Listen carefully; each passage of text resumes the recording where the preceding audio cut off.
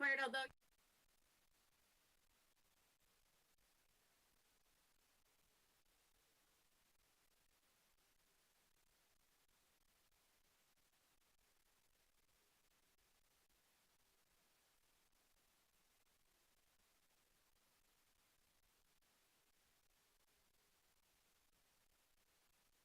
Brownfield Redevelopment Authority hereby allows all members to participate in public meetings by electronic means as allowed by Article 2, Section 10 of the TVRA bylaws and Public Act 228 of 2020, since an in-person meeting could detrimentally increase exposure of board members and the general public to COVID-19 and would be difficult to facilitate in light of the Michigan Department of Health and Human Services epidemic orders protecting public health and safety. Members participating electronically will be considered present and in attendance at the meeting and may participate in the meeting as if physically present. However, members must avoid using email, texting, instant messaging, and other such electronic forms of communication to make a decision or deliberate towards a decision. Resolved that the Troy Brownfield Redevelopment Authority hereby establishes public participation rules for any eligible virtual meetings to provide for two methods by which members of the public can be heard by others during the meetings. Email sent to economicdevelopment@troymi.gov and received by 9 a.m. on the day of the meeting will be read during the public comment period of the meeting. Voicemails left at 248-524-3314 and received by 9 a.m. on the day of the meeting will be played during the public comment period of the meeting. Both email and voicemail public comments will be limited to 3 minutes each.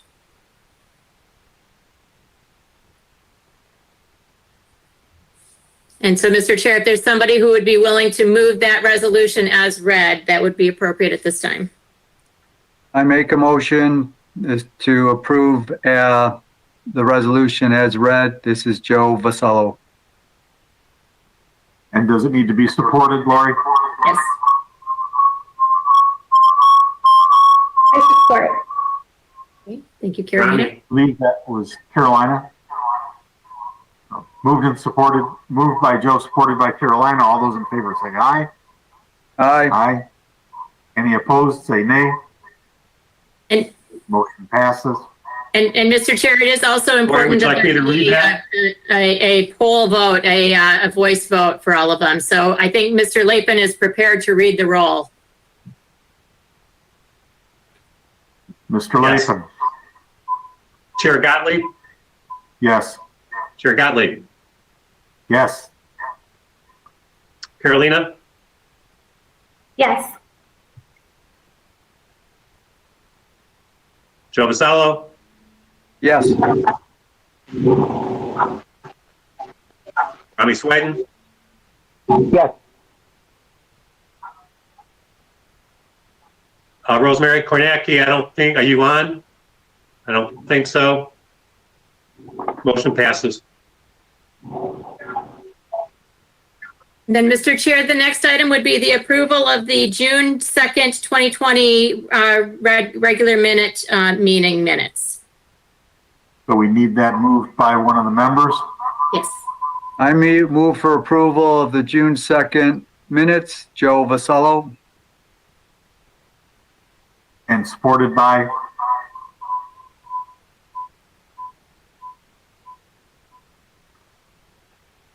Rami, Carolina. Either one of you. Looks like Supported by Mr. Ron. Frieden is All right. Lori, do you need a voice vote or do you want Yes, just we the do. whole group? We do need a voice vote. I'm sorry, but it is required. Mr. Latham, would you call the members? Yes. Chair Gottlieb, Yes.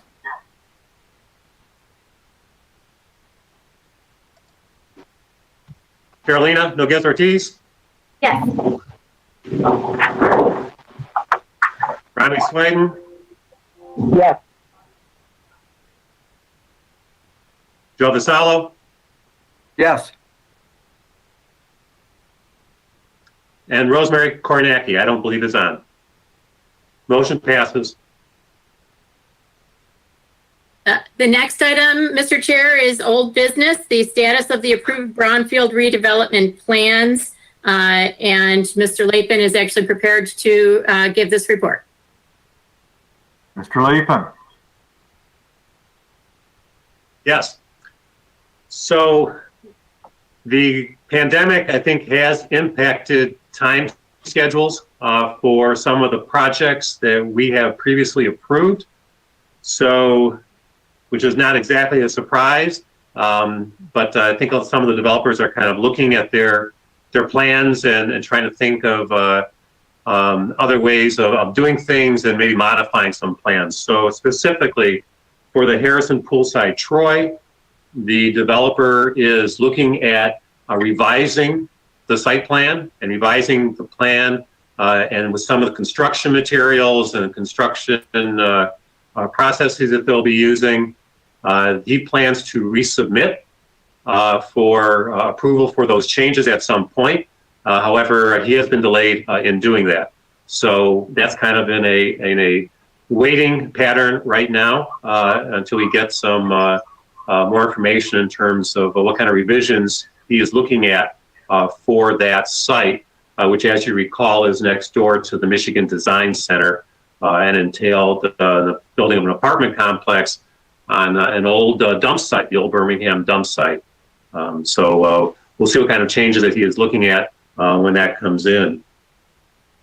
Uptown Apartments is moving along very nicely.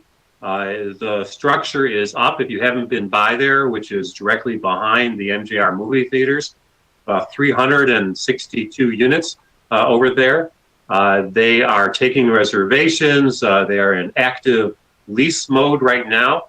Landscaping has gone in, at least a substantial portion of it. And from the exterior, it looks great. So they are starting to lease up, and that's going to be a really good project. And has taken over an old FedEx site that had some contamination on it. So that's a great success, that project. Somerset Plaza, if you recall, that's at the corner of Maple and Coolidge. That entailed some cleanup, particularly of an old dry cleaner site, which has been there since the mall began in 1969. And that has been remediated. The shopping center has been totally remodeled and some outlots have been developed. They have leased up most of the site at this point, so new tenants are in there, including Detroit Wing Company, First Watch, Pet Supply Plus, ones like that. The next one to open pretty soon is expected to be Aldana's Mexican Grill, which would be on the end cap facing Coolidge on that side. So that's a family-run Mexican food operation. They are currently in Southwest Detroit. They also have an operation in Melvindale as well, very popular in those locations. So we're looking forward to having them at Maple and Coolidge as well. The Regency at Troy project is directly across the street from the Somerset Shops on Maple Road. And that, as you recall, Sienna Health had proposed, they purchased the site, they tore down the old McGregor manufacturing building, and they had intention of putting in an assisted living complex on that site. The whole pandemic has changed a lot of, I think, the thinking on assisted living and has slowed some of the projects around the region, including this one. So in talks with Sienna Health, they have said they will probably have to resubmit some additional ideas and some changes. They'll probably be adding more of a mixed use component, which is actually a good thing. Probably some retail along Maple Road, but they're still kind of up in the air as to the number of units on the senior housing side until things clear up a little bit. So we'll see what happens there, and we'll keep you posted on that. We also have a number of other projects that I've been working with, but they have not submitted as of yet. Again, a lot of the delays, I think, being caused by the pandemic, making some folks sort of pause a little bit. So some of those are potential mixed-use developments along Big Beaver and other sites as well. So we'll have not received any new applications. However, when we do, we could certainly look at a special meeting to review those if they come in between this meeting and the next scheduled meeting in April. So, Mr. Chair, that is my report on the prior projects that have been approved and expected new pipeline coming in. I'm happy to answer any questions if there are any. Thank you, Mr. Latham. Any questions from our members? No, nice update, Glenn. Thank you.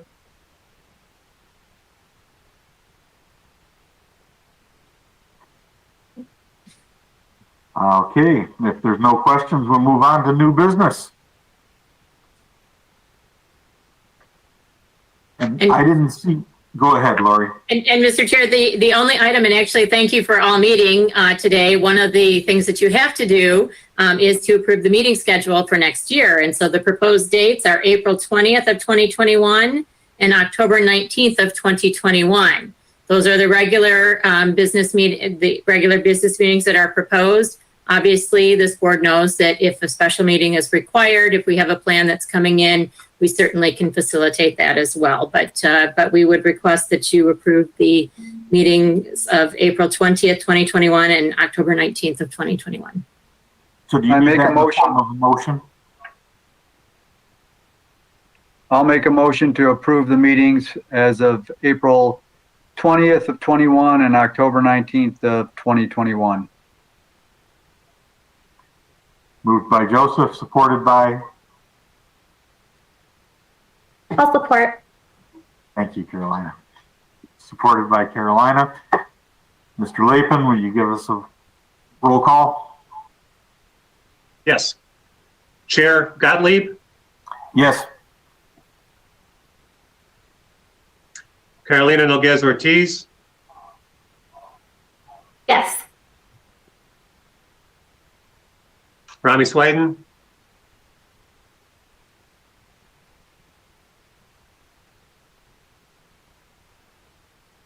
Rami, it shows you're Rami, you're still muted. muted.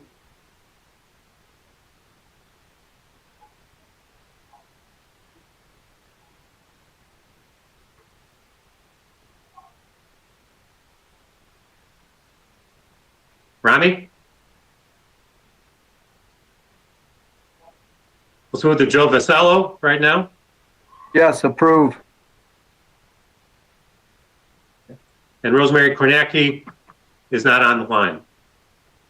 Rami, are you there?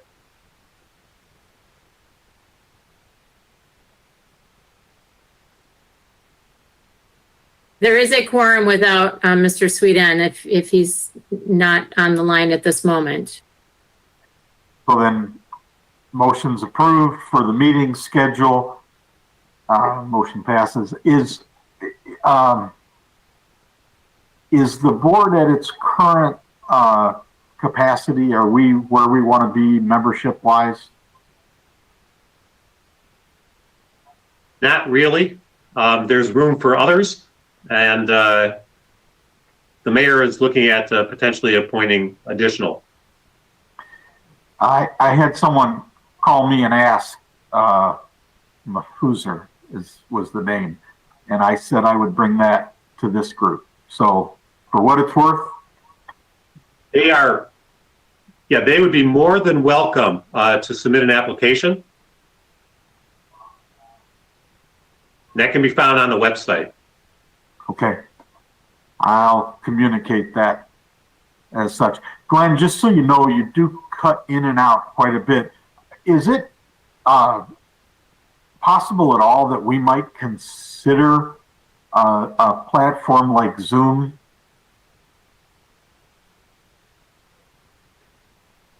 I leave that to our IT department. Unfortunately, at this time, we do not have any Zoom licensing. We do not have an account.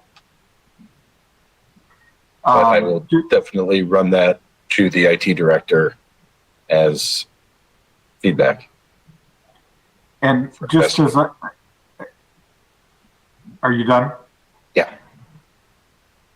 As an aside to that, as a member of many other boards, and also my wife in the same venue, we have all gotten to the point where even though many people did not want Zoom for a variety of reasons, specifically security, it has proven to be a very useful tool, and it's what we're using in all the other venues right now.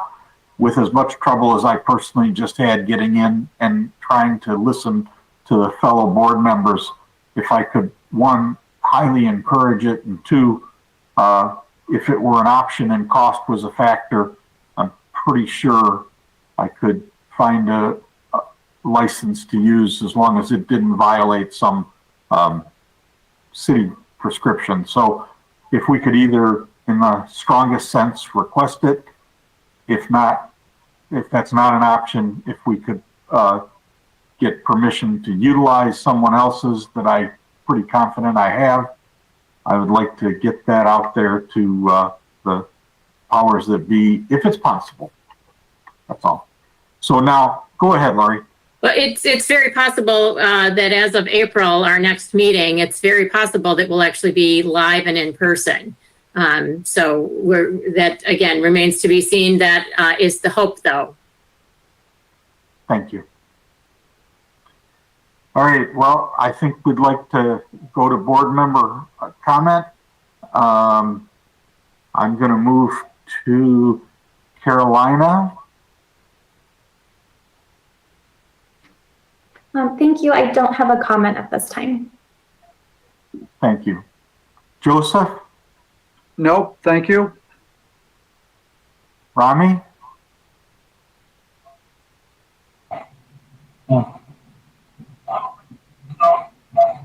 Can you hear me? We can.